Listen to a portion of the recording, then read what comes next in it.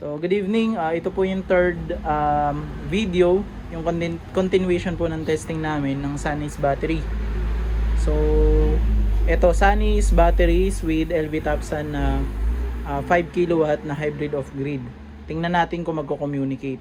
So, ngayon kasi itong LV Topsan, meron na siyang BMS or CAN port to battery.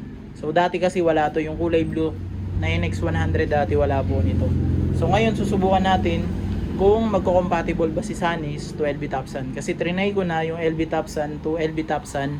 So dito sa setting ayaw. So dito sa Sunny's nagawa po ni Sunny's mag-communicate dito sa LV Topsan. So ayun po yung testing natin. So check-in po natin yung percentage ni Sunny's. Tingnan natin. So 59.64. So ito po, wala pong kadaya-daya yan. And then yun yung sinasabi kong kinagandahan ng Sunny's kasi pwede mong bagu-baguhin yung protocol niyan.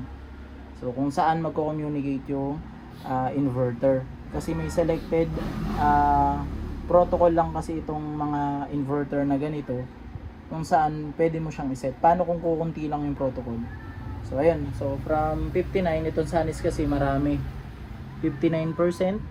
Checkin natin dito. So, di ko pala na-review to dati. Itong yung may CAN port na. So checkin natin. So ayan, nakikita na nyo yung cell minimum and cell maximum ng BMS. And po, charge enable, discharge enable. Then percentage 59%, nare-read na niya. So subukan nating tanggalin kung ano magiging reaction. Tanggalin ko lang yung itong port dito. So hintayin natin anong reaction niya.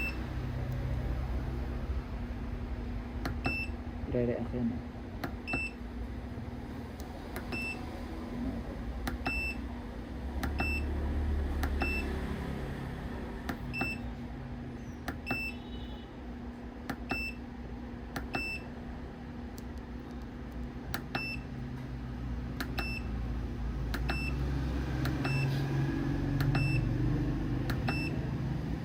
So ayun nawala na nung tinanggal ko. So ayun nakikita nyo pag hindi nagko-communicate yung battery nyo or kung hindi compatible. So makikita nyo yan. This discharge enable com fail. So and discharge enable com fail.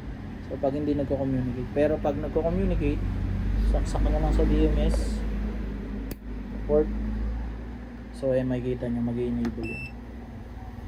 Ayan, meron na pating percentage capacity. So ayun, ang galing ng Sunny's. So i-try nyo na to. Kahit ako na-miss ako dito. So ayun, nakatatlong battery na, inverter na tayo, DAE, TBB, LV Topsan. So ngayon kasi di ko ma-try yung Lux Power kasi ubos yung stock natin.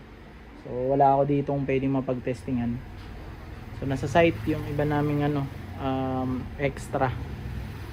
So ayun, so far ito muna yung magiging testing namin.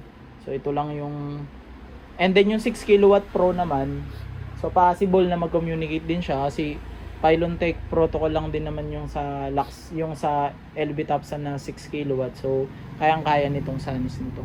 So hindi ko na-reviewin yun. Sure ball yun na kayang mag-communicate. So dun lang sa Lux Power kailangan nating matry. Pero dito kasi specify na niya yung Lux Power So possible to. So kasi pag nilagay na niya dito, eto.